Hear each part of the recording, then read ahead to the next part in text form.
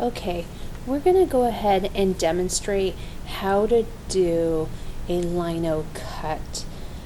So we're basically doing a reduction print. You can do it in many different medias or different kinds of blocks. You can do a traditional wood cut. I like using MDF board. I've used that in the past. It's a really nice hard substance and makes for a pretty easy carving. Where you can get a lot of really intricate details.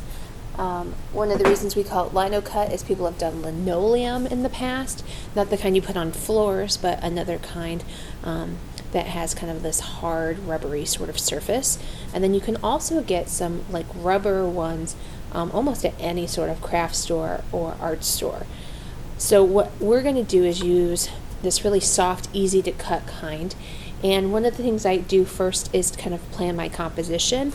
We're going to just do some really small samples. We're going to be working 3 inches by 4 inches. So you could just take the block and trace it to get the proportions of your image, either vertical or horizontal, to kind of decide what you're going to draw your design. Or, like me, I have a series already started of bones. And so this is a photo I took from my mannequin. And so what I am going to do is take my original photo and I'm going to go ahead and use some tracing paper to draw the image.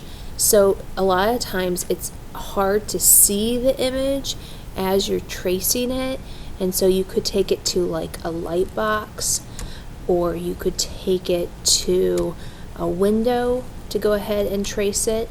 And often I'll also tape it down in order to trace it.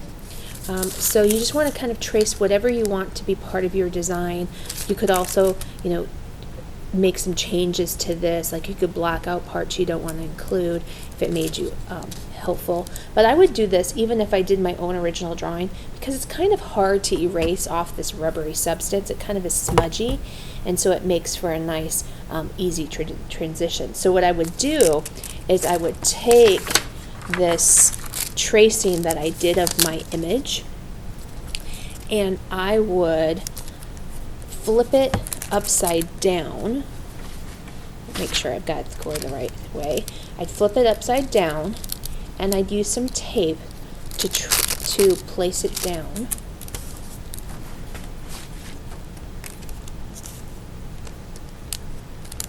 So take some tape, line it up really carefully, place it down, and then I would just transfer it one more trick with the graphite. So we're doing a graphite transfer here. So I'd go ahead and add any sort of linear details that I might want. A lot of times what I will do is actually print my image in reverse. So you can see here, this is actually flipped.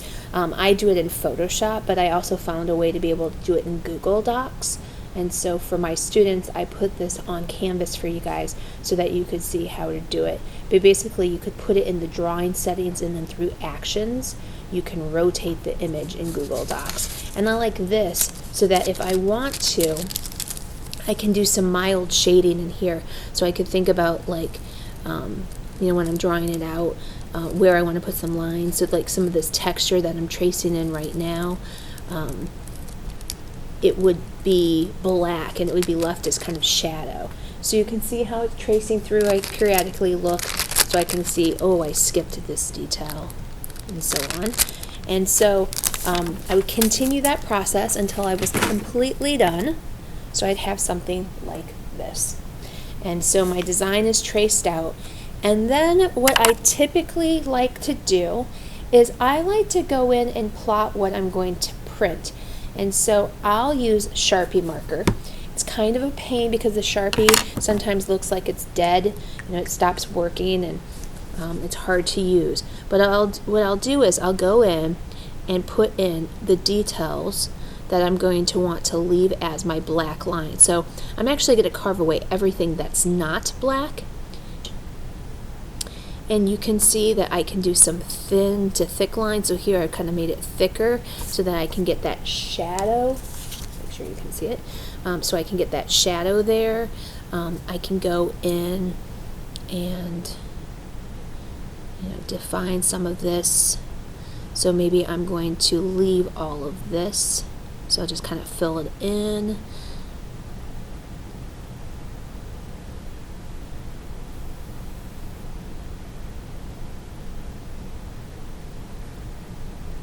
And so on. Okay, I'm going to put in a border in my piece as well. And so I would continue that until I kind of see what's going to be black and what's going to be white. And then I can go ahead and start to carve it. So when you're carving, you want to make sure that you use the right tool for the right job. There are razor blades that you can use to kind of just incise the block and make some cuts in it. You can use that to kind of bevel on the edge, to take out parts, to kind of clean things up if you wanted to. I don't use it all too often, right? But remember that whatever you reveal to be the rubber is going to be not printed in the ink, right?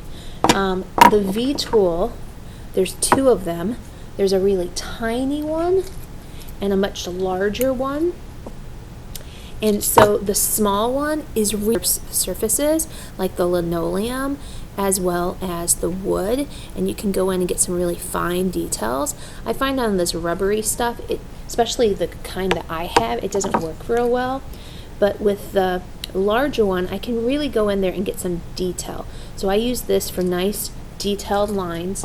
I just darkened this with some Sharpie, and then a student told me charcoal works really well, so I did that as well. I just kind of rubbed it across so that I could visualize what's going to be black and what's going to be white.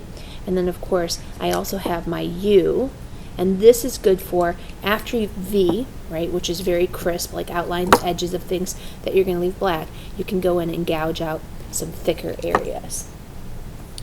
So I'm going to go ahead and do that. And as I'm shading, I like to put some paper underneath so I can kind of collect the residue. And what I'll do is I'll go in and I'll just outline carefully. So I want to not go over my black line. I'm going to outline carefully my details. And I always want to carve away from my hands so that I don't accidentally stab myself.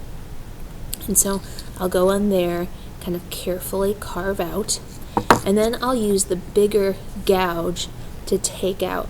And when I'm shading or carving, I like to think about the direction. So here I'm going to be using some vertical lines and taking out chunks that I can carve to kind of eliminate. And you don't have to go super deep. A few millimeters is going to be good enough for when we print the surface.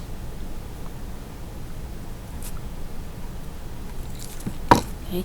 And so maybe in an area like this, it's really small, I might not use that big gouge, but instead I might use the V. I'm going to go in there and shade with the edge here. Right? I can rotate the block to outline that line. And then when I go to shade it in, I'm going to shade with the contour. So I'm going to look at how the vertebrae was bending into space. If you were doing fur or whatnot, you'd want to think about which direction you're bending the fur as you go, right? And so you can start to feel that. So after this is completely done, we can go ahead and print it.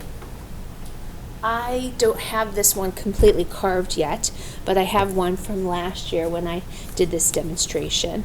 And so I've carved everything I really wanted to.